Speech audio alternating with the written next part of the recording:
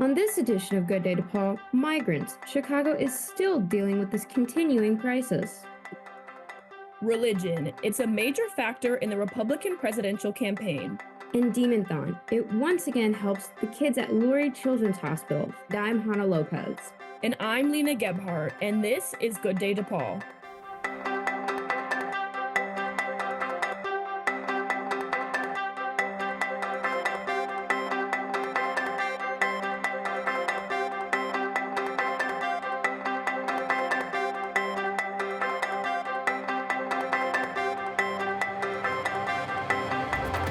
The migrant crisis. It continues in Chicago with no easy solutions in sight. Good Day DePaul's Michaela Wilson has our report. It's been almost 2 years since the start of Chicago's ongoing migrant crisis, and still the city is navigating the relocation of thousands of asylum seekers from shelters. Towards the middle of last month, Chicago started evicting migrants, with more than 2,000 expected to be without shelter by the end of this month. The city currently is holding about 9,557 residents in 20 active shelters run by the city and state. As migrants leave these temporary shelters, the city's policy allows them the flexibility to either return for reprocessing or to move on independently without requiring them to disclose their plans. Many migrants are focusing on finding permanent housing solutions, but are facing roadblocks when it comes to employment. Getting work permits for the migrants is absolutely vital. The city is going to have to coordinate with the federal government to get some kind of an expedited process. Here in Chicago, the AFL-CIO, Confederation of Labor Groups, has stepped up, and they have set up several workshops where they are helping migrants apply and do the paperwork. And many of them, of course, don't speak English or write English, so that's another hurdle, another difficulty. Financially, the city is stepping up with a $150 million budget allocation for migrant services approved earlier this year by Mayor Brandon Johnson. The city council is now considering an additional $70 million in city funds to support this initiative. Under the latest funding arrangement, the state is pledging $182 million as part of Governor Pritzker's proposed budget for the 2025 fiscal year. Cook County, which has been handling healthcare costs for migrants, will contribute up to $70 million. The latest funding increase comes as the number of asylum seekers arriving in Chicago is decreasing, from 877 buses since 2022 to 767 buses since May of last year. However, it's widely expected that more migrants will arrive in Chicago this summer ahead of the Democratic National Convention. The other thing to keep an eye on is the Democratic National Convention in Chicago this summer, because there is some fear that Governor Abbott will, in an attempt to embarrass President Biden at the convention, attempt to start shipping more buses. Now, the number has been declining. The number of migrants arriving in Chicago has been declining pretty steadily the last couple of months, but there is concern that the Republican governor of Texas, Greg Abbott, may decide just to ship hundreds more migrants up here to embarrass Biden at the Democratic National Convention. With the possibility of more migrants coming to Chicago, public health is a critical aspect. Measles and tuberculosis cases have surfaced at some shelters, and the city is now taking significant health measures. At least 98 migrants are currently in a 21-day quarantine to manage the spread of these illnesses. The Chicago Department of Public Health Commissioner says it's important to know that measles and tuberculosis are not arriving with the migrants, but are circulating in the city shelters among asylum seekers. Some feel more needs to be done to protect everyone in those shelters. It's clear that the city has to do more to protect the health not only of migrants, but those staff members who are helping them. We've had a significant measles outbreak in the shelter in Pilsen. And of course, measles is one of the most highly contagious diseases. So the city has said that it is going to try to improve screening. They're going to have to work with probably the CDC or some federal agency. But it's important that arriving families do get vaccinated and their children get vaccinated, because the last thing the city needs is a widespread outbreak of measles or some contagious disease. So, as Chicago prepares for the potential increase of migrants this summer, the city's main focus is ensuring public health and accommodating new arrivals. For Good Day DePaul, I'm Michaela Wilson. Donald Trump's campaign for president is being strongly influenced by a key factor: fundamentalist Christianity. I talked to some people at DePaul about this religious issue and the presidency. Former President Donald Trump, the apparent Republican candidate for president, is selling a God Bless the USA Bible for $59.99, inspired by country singer Lee Greenwood. Trump released a video on his network Truth Social encouraging his supporters to get a copy of this Bible. I'm proud to be partnering with my very good friend Lee Greenwood, who doesn't love his song God Bless the USA, in connection with promoting the God Bless the USA Bible. This Bible is the King James Version and also includes our founding father documents, yes, the Constitution, which I'm fighting for every single day, very hard, to keep Americans protected. Also, the Bill of Rights, the Declaration of Independence, and the Pledge of Allegiance are all part of this God Bless the USA Bible, and it's just very important and very important to me. I want to have a lot of people have it. You have to have it for your heart, for your soul. DePaul Chair of Religious Studies Professor Scott Paith says Trump is marketing this Bible to a very specific audience. Credit where it's due to Donald Trump. What he has always been very good at is self-promotion and marketing. He knows his audience. And so he knows that because he's already enormously popular among white evangelicals, if he promotes something that is very much in their wheelhouse, something like selling a Bible, that is going to be a surefire fundraiser for him. Again, the fact that he is probably the most biblically illiterate president in the United States in its entire history doesn't matter. Tim Alberta, a staff writer for The Atlantic and the author of The Kingdom, the Power, and the Glory, American Evangelicals in an Age of Extremism, talks about one reason evangelicals still have faith in Donald Trump. What's fascinating is that evangelicals put all their eggs in the political basket for 50 years to overturn Roe v. Wade, and they succeeded, and the result is more abortions in America. Which raises an interesting question, which is that if you believe as an evangelical that life is made in the image of God, and that therefore it deserves protection at every stage, if you believe that to your core, that abortion is not a political issue, it is an ethical, moral, spiritual issue, then why have you attempted to exercise raw political power? Research study last month showed that 67% of white evangelical Protestants have a favorable view of Trump, which is the highest net favorability of the religious group surveyed. President of the DePaul Republican Club, Carlos Orduño Arce, is a Catholic who believes that Hispanics should vote Republican in the upcoming election. And I believe that it's in the best interest of Hispanic Catholics to vote in the Republican Party. My third point is that the reason so is because President Biden currently claims to be Catholic. Many of his political ideologies are completely against Catholic law, Catholic doctrine. The net favorability of Trump with Hispanic Catholics is 32%, but with white Catholics, Trump holds a 51% net favorability. Trump recently spoke at the National Religious Broadcasters International Christian Media Convention in Nashville. Remember, every communist regime throughout history has tried to stamp out the churches, just like every fascist regime has tried to co-opt them and control them. And there's a certain kind of irony to him saying, fascist regimes have sought to co-opt the cross, when that's exactly what he's doing.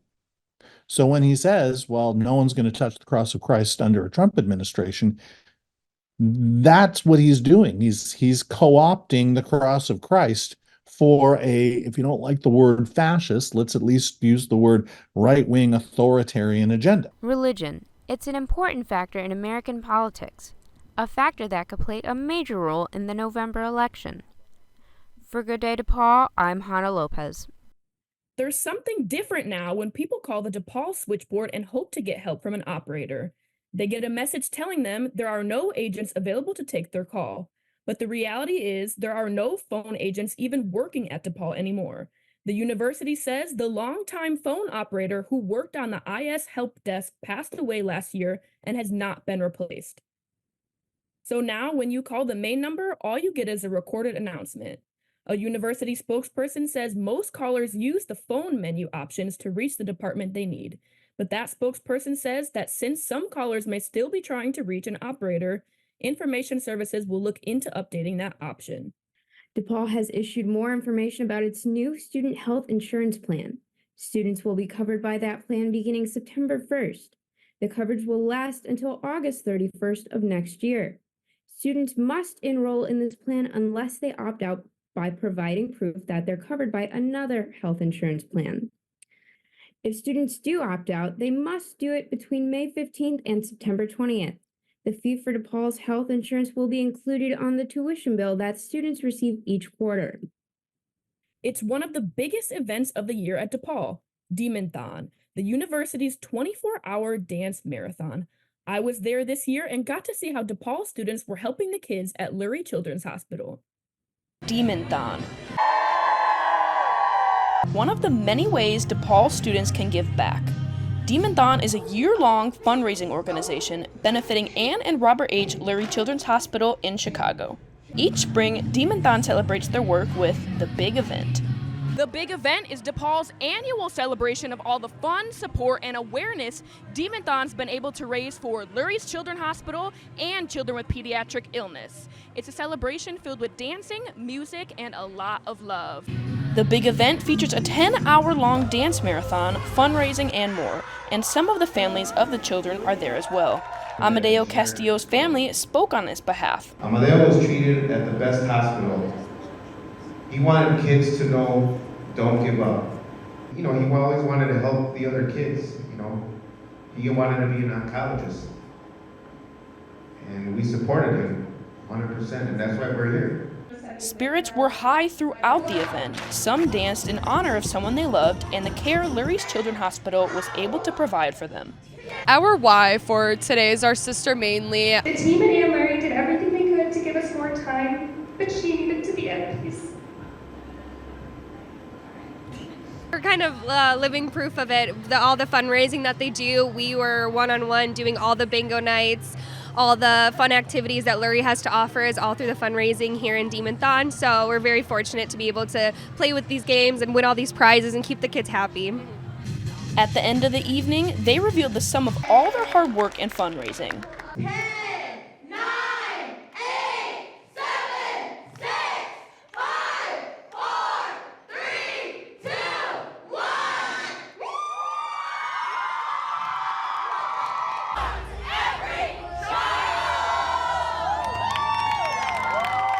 Reporting from the Big Event for Good Day DePaul, I'm Lena Gebhardt. Coming up in sports, DePaul's new men's basketball coach, Chris Holtman, starts adding new players and assistant coaches. That story and more when Good Day DePaul returns. Matchsticks, matchbox, matching tie to matching socks. You don't know why, but you're really special to match point, match game. You and I are not the same, but I can tell that you're really special to me. There's something I can give to make you laugh, to help you live. We're the perfect match, and you're really special to me. We're the perfect match, and you're really special to me. Earlier this year on Good Day DePaul, we reported on a controversy over DePaul's plans for a new sports practice facility on the Lincoln Park campus. That facility would be on Sheffield Street and would require the tearing down of 4 old homes and an apartment building. Some preservation groups call those buildings historic and feel they should be saved. Now the DePaul Athletic Department says it's making some modifications to its plans and has presented these modifications to a neighborhood advisory committee. These include setbacks on the new athletic facility's footprints, allowing for wider sidewalks with brick pavings and enhancing the landscaping. They'll also include solar panels on the roof of the athletic buildings to decrease energy consumption by 10%. In addition to offset the loss of the buildings on Sheffield Avenue that would be torn down, DePaul says it will try to historically preserve and restore several campus buildings. These include the historical landmarking of the Cordeloo Common facade and exploring the possibility of landmarking the Byrne Hall building and repairing the facade of the O'Connell Hall. The university says it will hold a public meeting on these proposed changes on April 29th.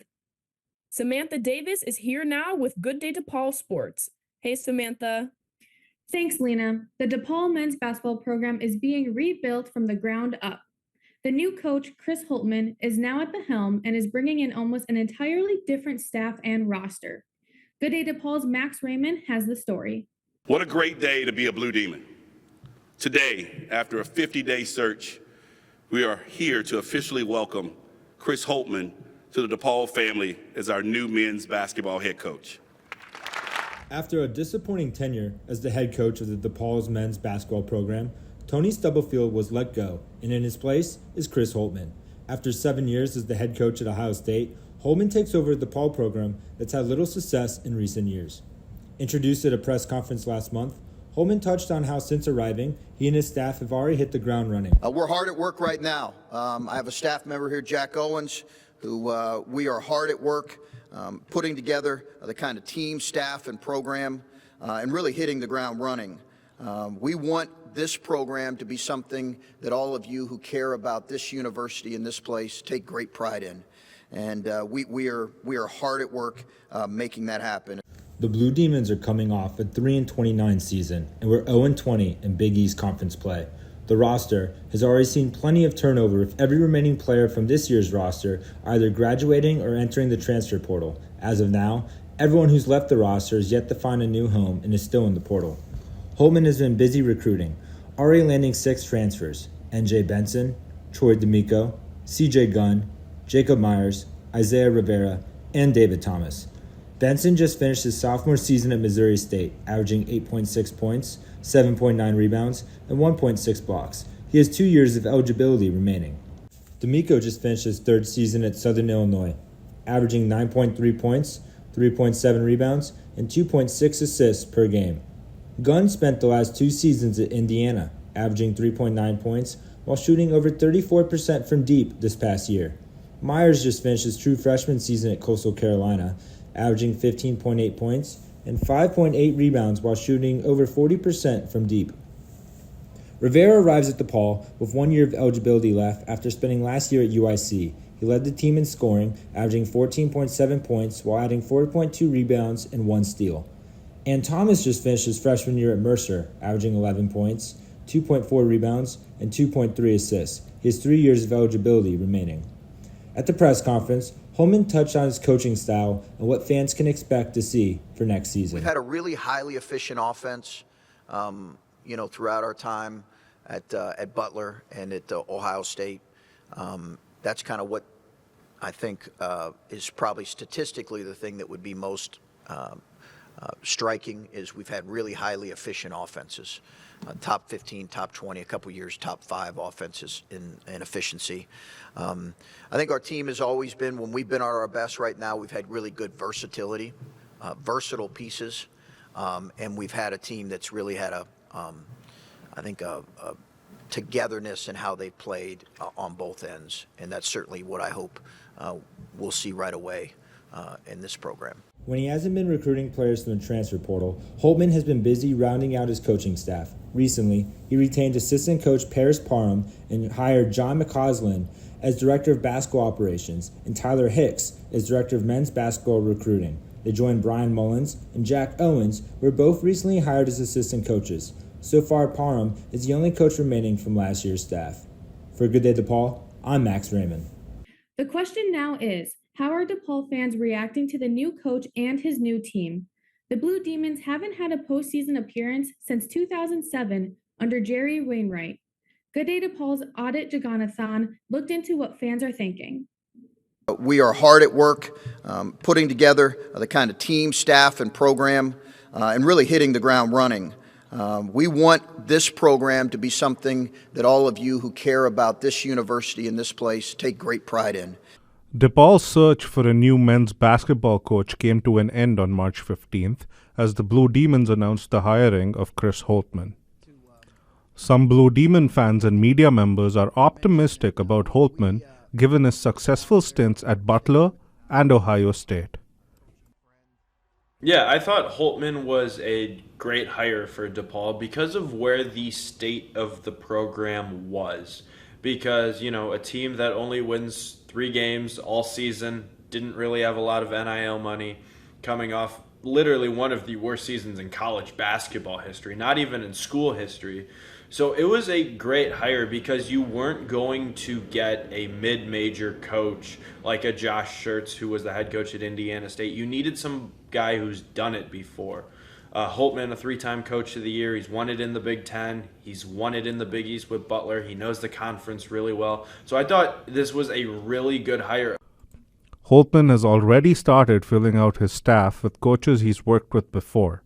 DePaul sports communications alum Sam Gutterman is optimistic about the recent hires. I think that they've been good. I believe most, if not all, of the staff he's hired so far have been former head coaches.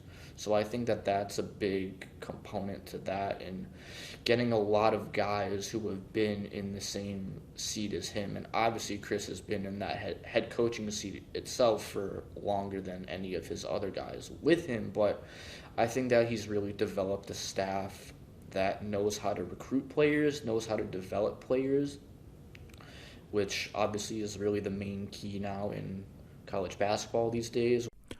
The host of the DePod podcast, John Maniatis, has high expectations for Holtman and the Blue Demons in the coming years. I don't think it's out of the question to expect DePaul to be in the national conversation. Certainly not. I'd be lying to myself if I thought they'd be in the blue blood contention. I don't think that. I think that where DePaul needs to be is competitive year in and year out in the Big East, playing for a Big East championship potentially. Holtman believes the city of Chicago wants DePaul to be great again. But if there's one thing that I've heard over and over, it's that this city, this state, this city can't wait for this program to be special again. No. Maniatis echoed his sentiments and compared it to Loyola Chicago's success in the past. You saw what happened with Loyola. I hate to use Loyola and hate to bring up Loyola because, it's Loyola. But you look at that and you look at what happens when a team locally does well. Everyone wants to be a part of them, ride the coattails. And DePaul, even more so than Loyola, you get DePaul winning. It's going to dwarf Loyola. Like Loyola is going to look so minuscule compared to DePaul based off of the history that DePaul has. Yeah, Loyola is the only one to win a national championship. Doesn't matter. Everyone in Chicago wants to root for DePaul more so than Loyola. For Good Day DePaul, I'm Adit Jagannathan. In women's basketball, DePaul's Anea Peoples wrapped up her college career, playing in an all-star game in Columbus, Ohio. DePaul guard Anea Peoples played in the College All-Star basketball game on April 6th in Cleveland, Ohio. The game brings standout college seniors together to compete under the leadership of 2 well-known basketball icons. Running the game was Naismith Basketball Hall of Famers Nancy Lieberman and Cheryl Miller, where Peoples played on Team Miller. Peoples played 2 years at Notre Dame and her last 2 at DePaul. For her last season, Peoples scored in double figures in 26 games, 12 of which were 20 or more points, including a 37-point and 16-rebound performance against St. John's. She led DePaul in scoring and rebounding. Team Miller led by 20 at one point, however, Team Lieberman fought back to win 95-88. Peoples was joined with 2 other Big East players, Seton Hall's Azana Baines and St. John's Unique Drake. For Good Day DePaul, I'm Samantha Davis. A big honor for DePaul track and field's Jaya Hoff. She was named the Big East Field Athlete of the Week. The sophomore from Wauwatosa, Wisconsin, recently broke her previous all-condition school record in the women's triple jump B section at the Texas Relays, jumping 13.8 meters. In other track and field news, the Blue Demons recently competed at the Chicagoland Invitational and walked away with some honors. Junior Joshua Edmonds secured the Blue Demons' first gold of the day in the men's 400 meters with a time of 49 seconds. And senior Damian Rodriguez broke a long-standing DePaul record in the men's 800 meters with a time of 1 minute and 49 seconds. On the women's side, DePaul's Cash Allen won the shot put with a throw of 15:11, and Gianna Sanchez took first in the 5,000 meter with a personal best of 18:12:34. In softball, DePaul recently split a doubleheader with Butler. Here again is Good Day DePaul's Max Raymond.